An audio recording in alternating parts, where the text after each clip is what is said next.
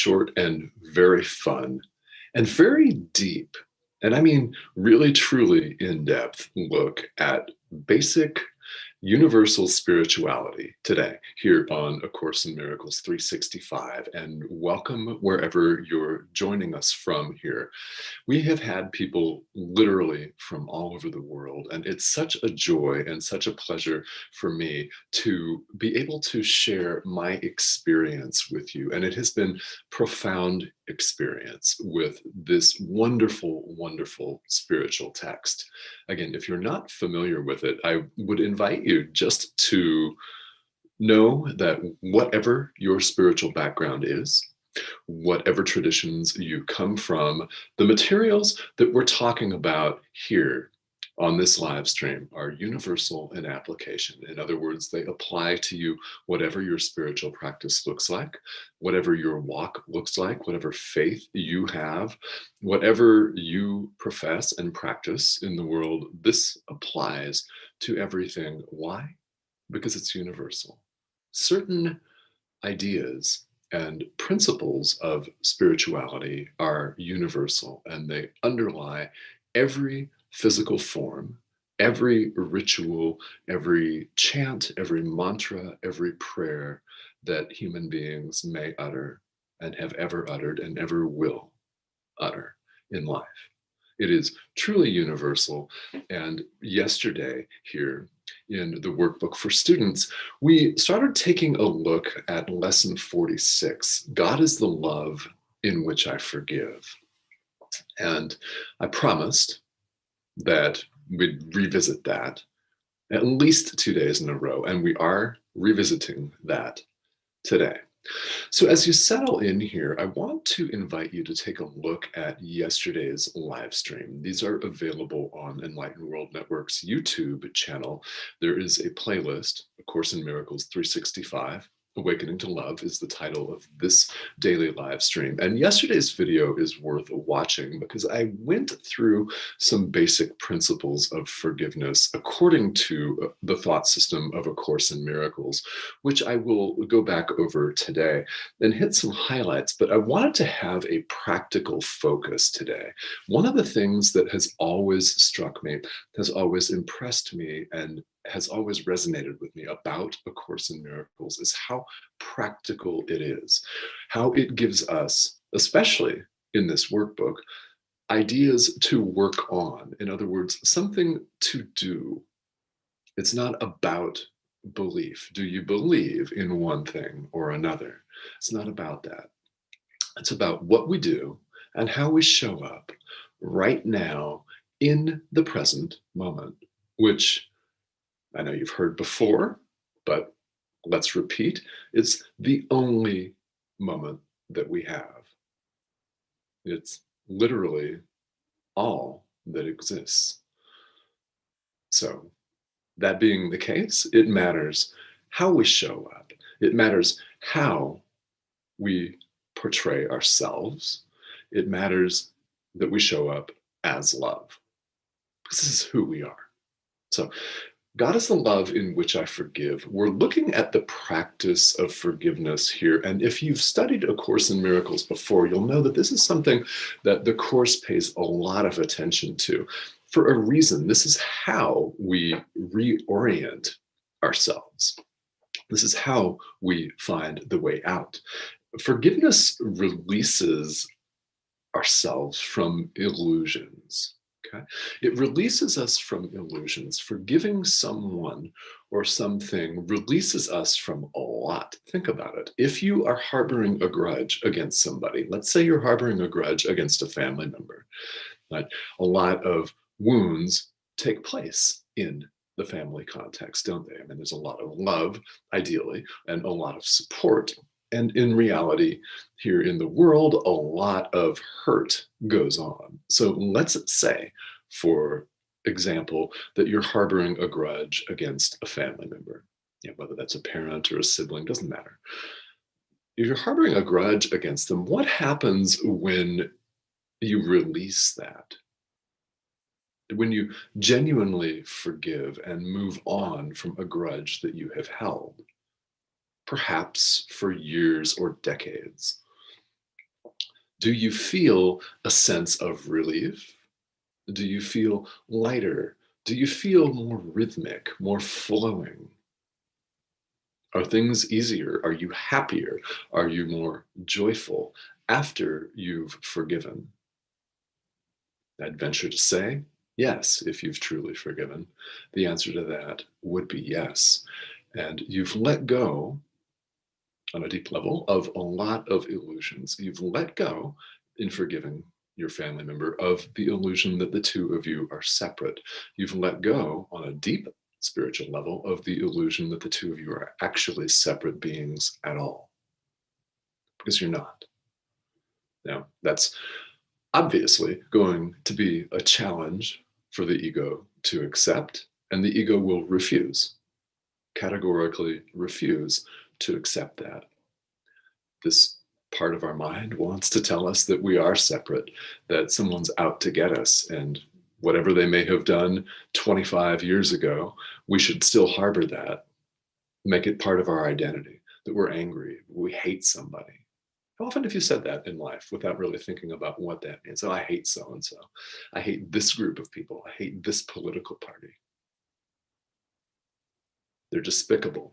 They suck. They're scoundrels. They do nothing but hurt people. What happens to us when we harbor those emotions?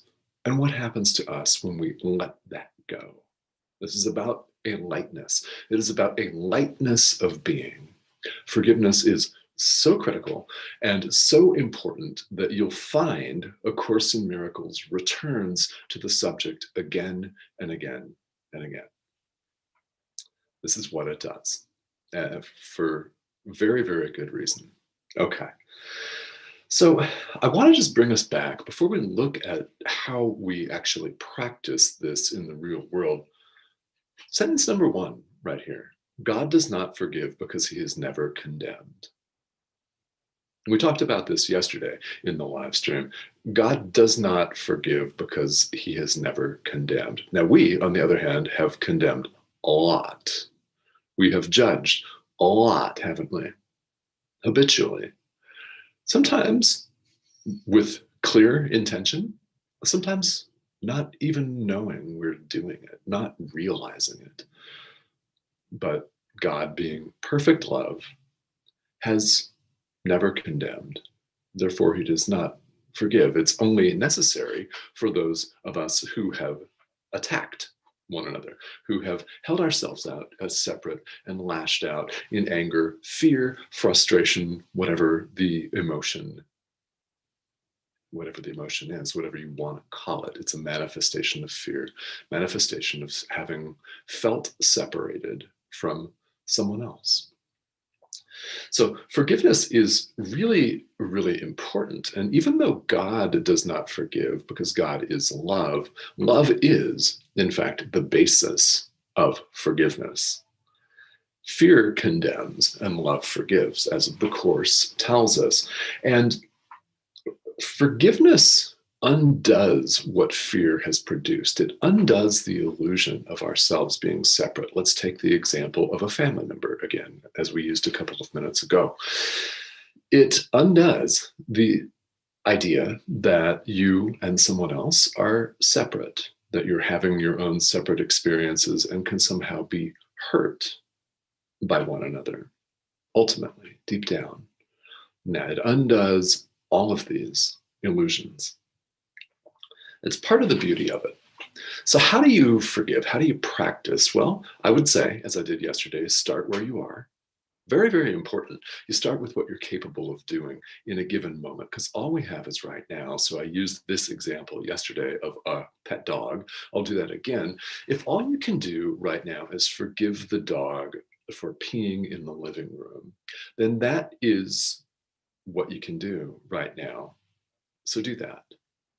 It does not matter if you're not right now, today, in a position where you feel like you want to or you can forgive a family member, let's say your mom or your dad, for instilling in you a pattern of fear from time immemorial because their parents instilled that in them and society instilled that in them, and therefore it gets passed down to us and so on and so on and so on. So if you're not able to do that, what are you able to do?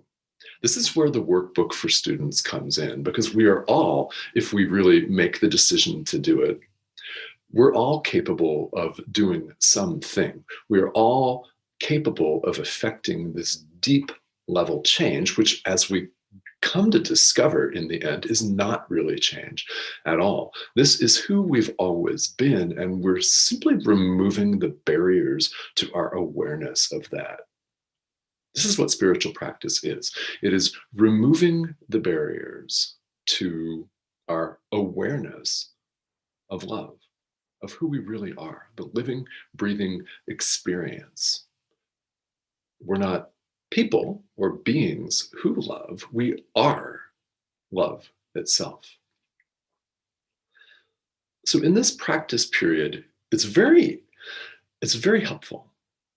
The way that the workbook for students recommends that we practice this lesson, lesson 46 specifically, God is the love in which I forgive, it involves our sitting quietly, whenever, wherever you have the opportunity to do this, and scanning our minds. So if we're honest with ourselves, which is a huge component, obviously, of spiritual practice, if we're honest with ourselves, deeply honest, we will be able to come up with many, many examples of where we have not forgiven, of people whom we have not forgiven. How do you know you haven't forgiven them? Do you have negative thoughts about them?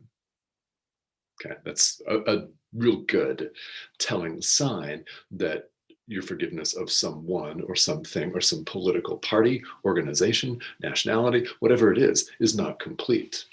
Okay, if you are harboring negative thoughts about someone, they're a subject of forgiveness. And the workbook has us repeat, and it's in italics in the commentary, God is the love in which I forgive you, Mom, for example. God is the love in which I forgive you, politician. Name him or her. We can all do that, can we not? Right? God is the love in which I forgive you, state someone's name. Okay. As we scan our mind, we'll notice that we're able to come up with many, many examples. Anyone that frustrates you, perfect example, right? Perfect subject for today's exercise. Could be the dog for going to the bathroom on your living room floor, right? Could be one of your children for frustrating you, if you're a parent. Whatever it is, whoever it is, we're able to search our minds and say, God is the love in which I forgive you. Insert someone's name. And we simply are instructed to sit with this and scan our mind and repeat this idea. Repeat it until we're comfortable that we've forgiven a lot of people, and we all should be able very easily to come up with many people. And if you're finding this difficult, just think of world news. All right. Think of everything that goes on in the world. And does it frustrate you? Does it make you upset? Those people that make you upset are the perfect subject for forgiveness. Now, does this mean that you have to condone their behavior? Absolutely not. It does not. All we're doing right now is practicing the day's idea. The workbook for students is an excellent tool in getting out of our own way, in having us just practice the day's idea. The course has us get out of our habitual thinking mind that wants to lash out, that wants to justify everything, that wants to define and defend personal territory. That's what's going on in the world. We're defining and defending personal territory, judging, justifying our judgments, and lashing out. This exercise should be quite easy to identify a lot of people. Now, here's where we're going. that's really powerful.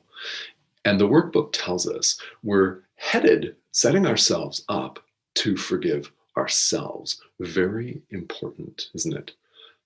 Are you able to forgive yourself? In general, I mean, blanket forgiveness. Are you able to forgive yourself for certain things you have done? Are you able to forgive yourself for the way you treated someone or have habitually treated someone? Maybe, right? Something you said at a given point in time. Are you able to do this? Many people are. Many, and you may include yourself among these, are not. They find it more difficult to forgive themselves than someone else across the world. If this is you, then please, by all means, continue practicing according to the suggestions here in the workbook. After you go through and think of other people, situations, groups, or events that you've forgiven, saying, God is the love in which I forgive you, Mom, then say, God is the love in which I forgive myself. Mm. God is the love in which I forgive myself. Repeat that. You don't have to say this out loud if you're surrounded by people. You can say it inside, but say it. God is the love in which I forgive myself. And if and when, and most likely when, someone you encounter someone, it can be online even, when you become frustrated today at somebody or something or angry, or you feel these emotions and the urge to lash out, simply say, God is the love in which I forgive you, Mom. God is the love in which I forgive you, political party. God is the love in which I forgive you, another political party. Just say that and apply the day's idea as often as you remember it. And if you want to, if you really deeply want to, you'll remember today's idea. Even if it means that you set an alarm on your watch or on your computer, people do that. People do that and they find it helps. Well, however you remember to practice today's idea, this is foundational. This forgiveness undoes all illusions. It is what we're here to do in this world is undo illusions. And this is a tremendous tool. Though this will not be the last that we'll see of forgiveness, but I find it's so central to the philosophy and the practice of A Course in Miracles that it deserves a second day right here on the live. So let's see who's joining us today. And as always, thank you for all of your shares, for your loves, your likes, hearts, comments, all of that. I deeply appreciate it. And it's so much fun for me to be here with you. So let's see who's hopping on here live today. And we're spinning our wheels on the internet. Happens.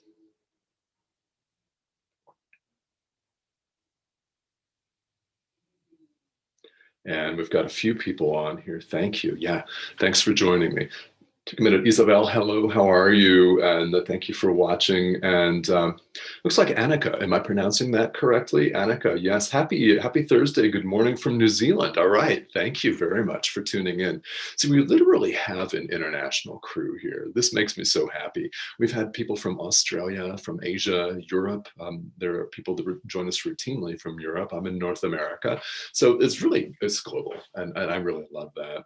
So thank you all for tuning in. If you have any specific questions or comments, feel welcome to type them right here in the chat. This is one thing that I always do on here is I'm happy to be a resource for you, not just to present the live stream, but also to answer questions. And if you're catching this on the replay, feel free to share if you know of people that would be interested not just in this show, but also in the network's programming on Enlightened World Network. And we are always adding new shows at profound depth, and there are some amazing teachers and some amazing content on here. So yeah, we appreciate all of your shares, and comments are always welcome. So if you don't think of something until after the live stream ends, that's fine. Feel welcome to type them in the comments and I will get back to you on that. So however you practice forgiveness, this is such an important thing, and it just benefits everybody. It benefits you yourself in the sense of release and lightening, and it also benefits the other person or the other people, even if they're not aware that you're doing it. And they don't have to be. Really, if you feel that you can forgive somebody who has wronged you or even abused you, that is wonderful. You can do that without their knowing it.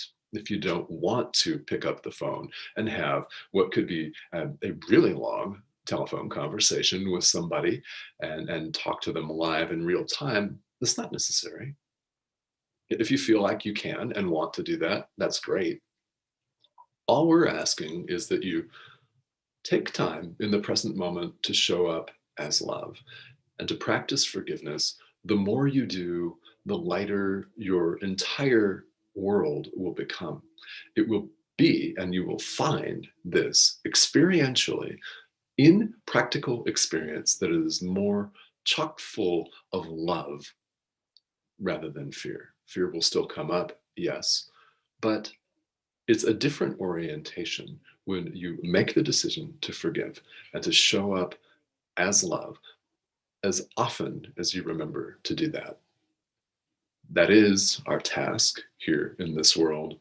So thank you all for tuning in here. Tomorrow, we will move forward with lesson 47 in the workbook. But thank you so much for joining me for 2 straight days of lesson 46. We'll do this with some very, very important lessons from time to time, because as we've discovered, even though there is a numerical system here going 1 through 365, it's never, ever a linear process. In spirituality just doesn't work that way, does it? We have stops and starts, and we want to sometimes dwell on certain lessons. I've done that. Sometimes people forget lessons. I've done that. So however you practice, thank you so much for showing up for yourself and for all of us here. And I will see you back tomorrow